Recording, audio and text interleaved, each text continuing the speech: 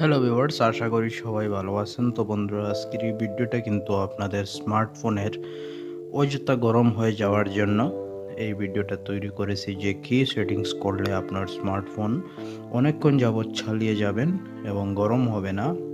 কী settings করলে আপনি সেই ফলাফলটা পেতে পারেন, আজকের এই ভিডিওতে আমি খুবই ভালোভাবে দেখাবো। বন্ধুরা, আজকের এই ভিডিওর মূল উদ্দেশ্যটা হচ্ছে, আপনার স্মার্টফোনে মনে করেন অনেক সময় গেমিং করলেন, গেমিং আপনি গেম খেললেন এবং ইউটিউবে ভিডিও দেখলেন এবং বিভিন্ন অ্যাপ্লিকেশন আপনি ইউজ করেছেন।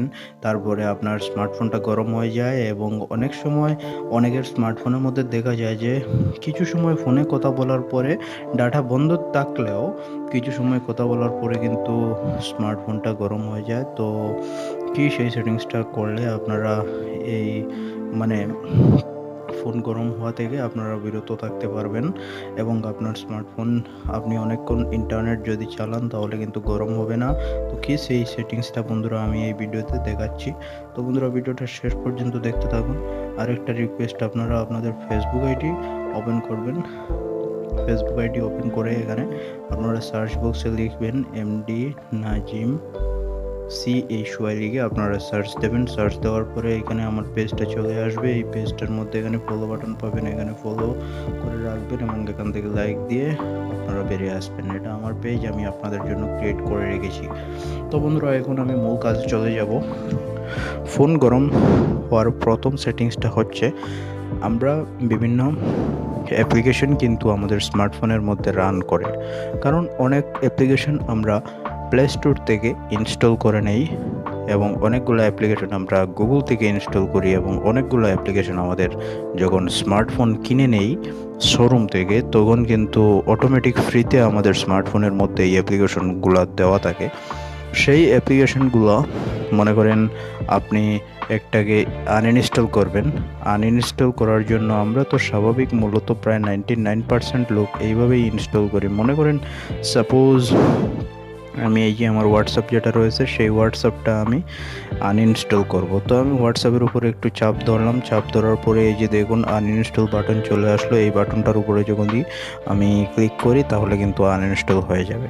আনইনস্টল আমরা এইভাবে আনইনস্টল করে আমরা মনে করি যে এটা আমাদের স্মার্টফোন থেকে চিরতরের জন্য ডিলিট হয়ে গেছে, কারণ না, এটা আমাদের স্মার্টফোন থেকে চিরতরের জন্য ডিলিট হয়নি।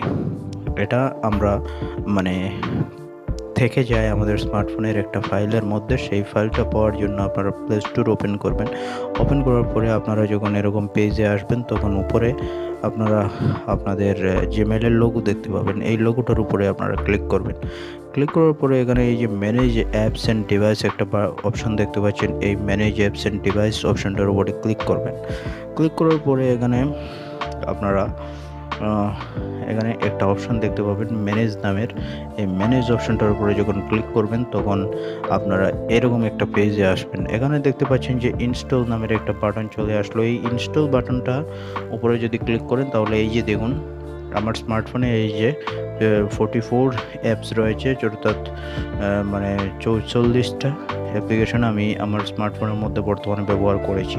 আর যেগুলো আমি আমার স্মার্টফোনের হোম স্ক্রিন দিয়ে বেরিয়ে আমি এখান থেকে ডিলিট আনইনস্টল করেছিলাম, সেগুলো কিন্তু চিরতরে ডিলিট হয় না। এটাকে আমরা এই ফাইলের মধ্যে সব এসে জমা হয়। আপনি যখন আনইনস্টল করবেন, এই যে ইনস্টল বাটনের উপরে যখন ক্লিক করবেন তখন এই যে দেখুন নিচের দিকে নট ইনস্টল নামের একটা বাটন চলে আসলো। এই নট ইনস্টল বাটনটার উপরে যদি ক্লিক করেন তাহলে এই যে দেখুন আমি যতটা অ্যাপ্লিকেশন ডিলিট করেছিলাম এইভাবে হোম স্ক্রিন থেকে, এগুলো কিন্তু চিরতরের জন্য ডিলিট হয় নাই, এগুলো আমাদের ফোনের মধ্যে থেকে গেছে।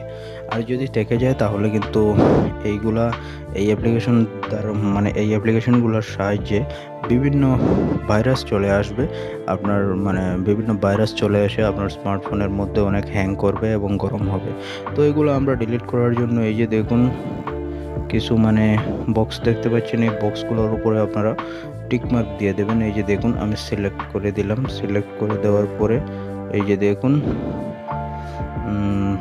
আমি সিলেক্ট করে দিলাম। সিলেক্ট করে দেওয়ার পরে সবটা সিলেক্ট করে দেব আপনাদেরকে দেখানোর জন্য। আমি এগুলো রেখেছি, এগুলো আমিও ডিলিট করে ফেলি। তো এই যে সবটা সিলেক্ট করার পরে এই যে দেখুন এখানে ক্রস একটা আইকন দেখতে পাচ্ছেন, এই ক্রস আইকনটার উপরে আপনারা ক্লিক করবেন। ক্লিক করার পরে এই যে এখানে রিমুভ বাটনটার উপরে আপনারা ক্লিক করবেন। রিমুভ বাটনটার উপরে ক্লিক করার পরে আপনারা এই যে দেখুন 13 অ্যাপস রিমুভ সব কিন্তু রিমুভ হয়ে গেছে, এখন কিন্তু চিরতরে ডিলিট হয়ে গেছে।